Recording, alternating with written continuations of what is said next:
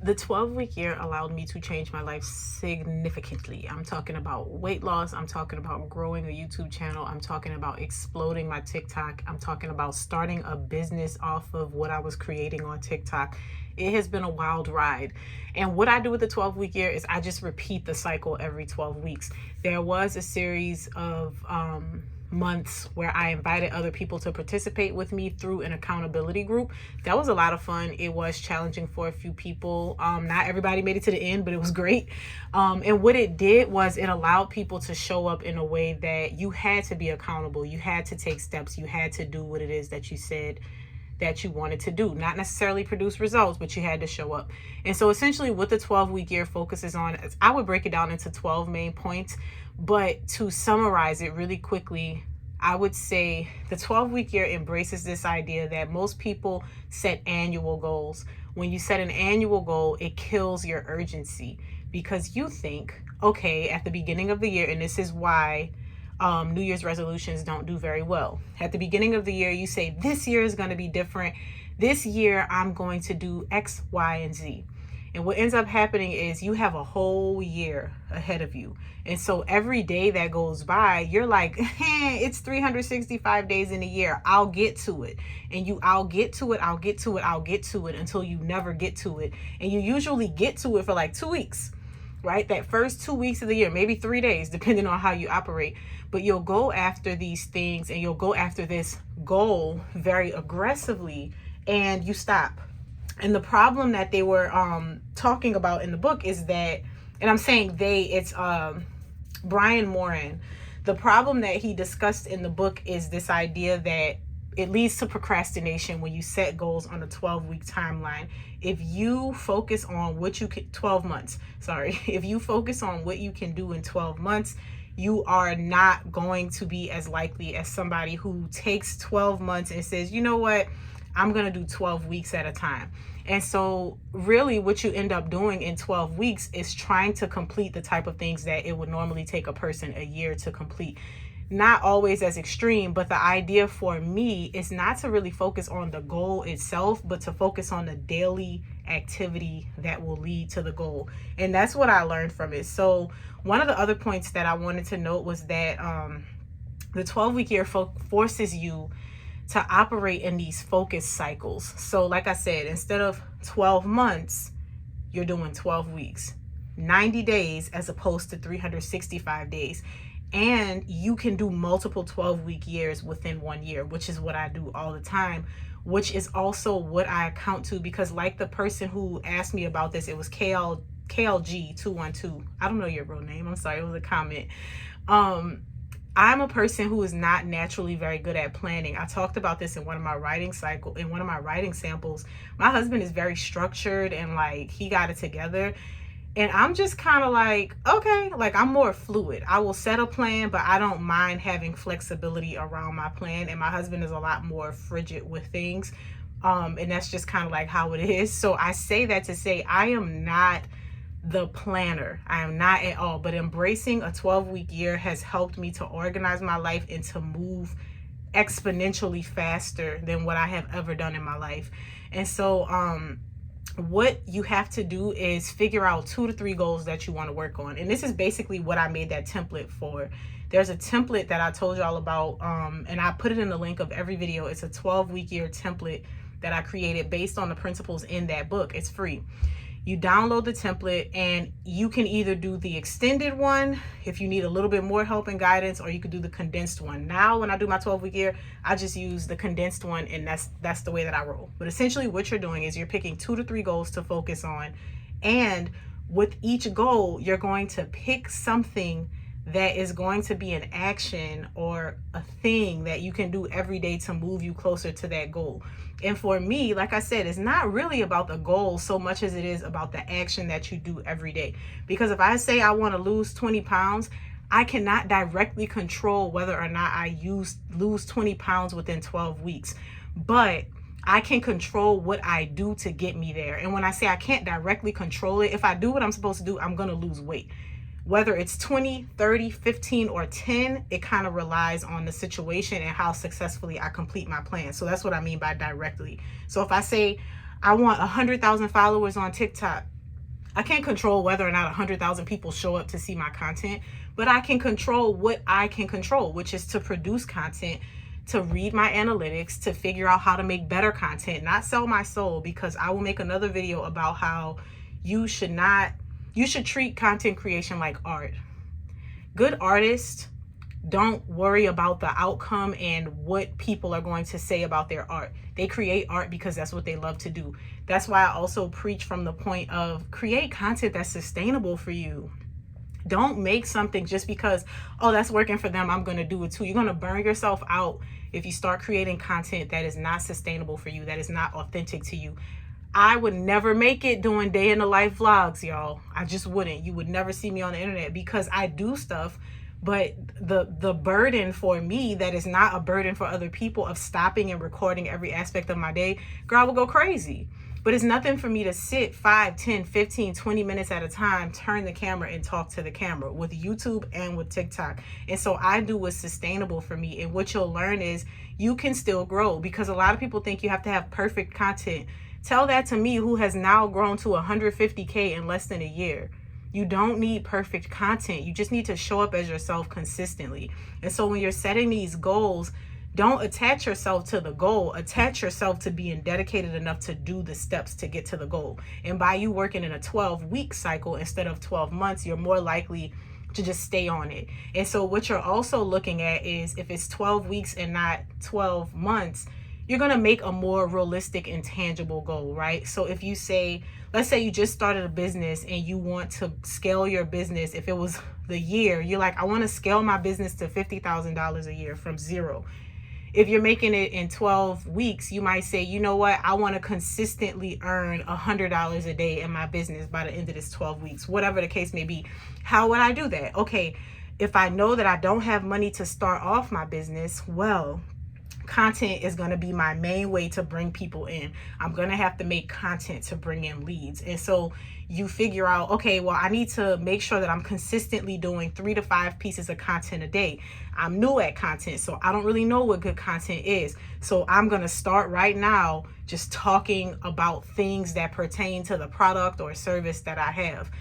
If you don't have a product or service and your goal is just to grow your community, it's the same thing. Oh, I'm new to content, but I know that I want to grow my brand and I want to have a personal brand. I want to be a content creator. I want to monetize myself. Whatever it is that you want to do, now you take that goal and you work backwards and you say, well, what do I need to do to get to that goal? What do I need to do in order for me to be closer to success in that arena, right? And so that's all you do for the 12-week year. The biggest thing is remembering to limit it. Don't do more than 3 things at a time. Mind you, you have 12 weeks. If you get crazy and start doing 4, 5, 6 things, you're going to fall into that trap of trying to do everything at one time. You're going to overwhelm yourself and you're not going to do anything. Because what you have to keep in mind with a 12-week year is that not only are you doing this in a span of 12 weeks, but other things in your life are going to be going on. You're still a mom, you're still a wife, you're still a husband, you're still whatever. You still have your full-time job if you have a full-time job. You still have everything else going on. So you need to allow yourself the grace to be able to still live your life realistically while working on these goals that you have set for yourself, right? And so what they call these steps are tactics in the 12-week year, right? So instead of focusing so much on, I'm going to do this, this, and this, focus on tactics that are going to get you there. So like I said, with the weight loss, I want to lose 20 pounds in 12 weeks. Okay, what would a person who wants to lose 20 pounds need to do? And what can I make sure that I will do? What's the action that will drive the results? One of those actions might be every day I'm going to walk if you don't want to go to the gym. That's what I did. I ain't going to the gym. The first time around, I was in the gym heavy and I was like, oh, after that 12 weeks, I said, I'm not doing that again. I didn't like it. I didn't like it because I had to wake up earlier than I was waking up in order to afford the opportunity to go to the gym. And so that was not something I was willing to do. So I started walking to be able to maintain my weight and to stay healthy and to lose weight, right? But you're going to do whatever makes sense for you. And that tactic is going to look different for each person. But that tactic needs to be something that you can and will commit to every single day, right? When I was working on my blog, one of the things that I said was, well, in order for me to consistently put out a blog every week, I need to write an hour every day. Writing an hour every day spiraled into something else. I finished all of my blogs within like the first week of the 12-week year. So I ended up using that time to do something else. That writing an hour every day, I ended up using that time to do other things. I started planning out what I was going to talk about in my YouTube videos. I started planning out what type of content I thought maybe I wanted to talk about on TikTok, or what types of questions I found and what things I wanted to address. But I started to use that time. And so when you're thinking about these tactics need to be something that's going to help you to move your goal forward. So nothing crazy, right? Nothing that doesn't really matter.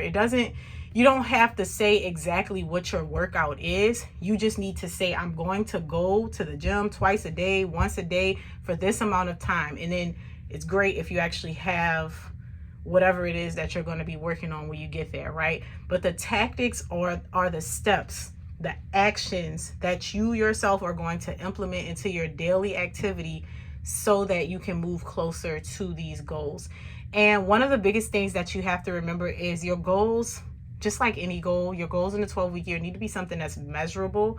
Otherwise, you can't really say if you attained it. So it's not enough to say you want to lose weight. You have to say you want to lose 20 pounds, 10 pounds, whatever percent body fat, something measurable.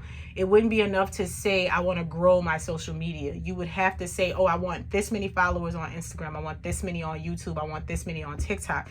Even if you don't hit the numbers that you set, you need to have something that you're striving towards so that you can keep track of these things. Something else that was tangible for me was I wanted to write my blog, but I said I want to make sure that I have a blog post every single week, because growing the blog, it might take me years to do that, but I will never start and I will never be able to draw in an audience if I don't start writing. So my goal was to write a blog post every week. That's not something that is like, oh, this is going to tell me how much I'm going to grow by, because again, I'm not attached to how many subscribers I have on the blog. I'm attached to getting the work done. And so the second time around, I wanted to make sure that I had an episode of the podcast out every week. I set a YouTube schedule. And so this time around, my YouTube schedule is there's a video on Sunday, there's a video on Tuesday. On Fridays, I have the podcast episode. On Wednesdays, I post the blog, and then I send out 1 or 2 emails each week just to kind of check in, because I was doing a newsletter, but I didn't really like the newsletter because it felt too rigid.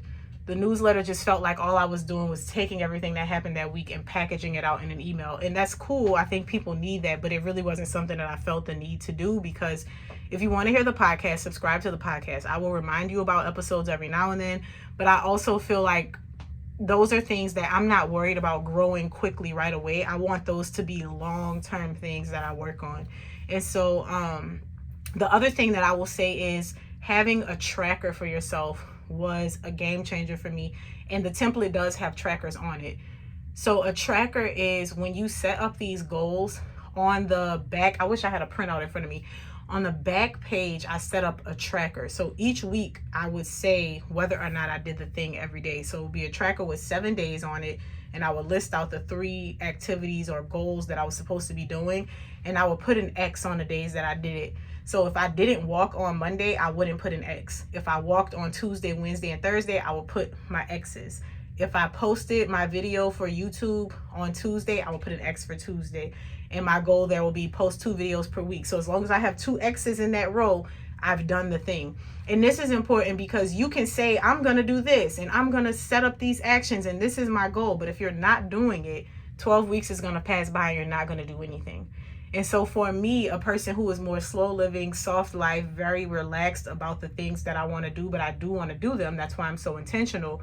Setting it up that way made it very sustainable for me, made it very easy to do, and it made me strive toward doing something every day. And it actually helped me to be more structured throughout my day so that I could get those things done and still spend time with my family, still live my life, still get around to all of my other responsibilities. And so essentially, the 12-week year is just a very smooth way for you to stop putting off your goals by putting them on a year scale and taking your goals and putting them in 12 weeks. And the best practice that I've done is every 12 weeks, I haven't had a 12 weeks where I did everything that I said I was going to do exactly.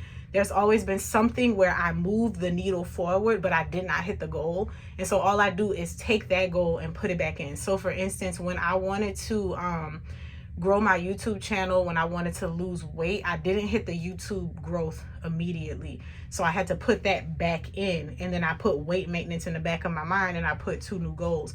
When I said I wanted to hit 50K TikTok, I was about to say subscribers, followers by the end of the 12 weeks. The 12 weeks ended in February. I ended up hitting 50K in December. So I just added something else, right? So whatever you do not finish or hit, just add it to your next cycle. And what I do is I take a couple of weeks off in between just to kind of recharge, give myself a break, kind of chill, not really focus on anything. It's the same as if you have a job and you take 2 weeks paid vacation, right? Give yourself time off, because 12 weeks being a short period of time where you're working consistently on something, you can get tired and you can require a rest. And I'm more creative. And so as a creative person, I do have to allow myself time and space to just take off sometimes, so my brain can come up with fresh ideas and I can still function in my creativity. And so that's all it is. I don't mean to make it sound more difficult, but I did want to explain the concept based on the question that I got. And hopefully that is helpful. Hopefully that demystified the process of goal setting for you, and it makes it easier for you to just jump right in. If you do want to use the template, I am going to put the link in the description. The name of the book is The 12-Week Year by Myron. You can find it anywhere. It's everywhere, girl. It's in the library. It's on Libby. It's probably on Audible. It's in your local bookstore. Sure, it's on Amazon, thrift books, like you name it, it's going to be there. So I'm not going to put a link for that because I don't really have a link directly there. You just look the book up and you'll find it. But I will put a link to the template that I created for that. You just have to download it. So I hope that was helpful, and I will see y'all in the next video.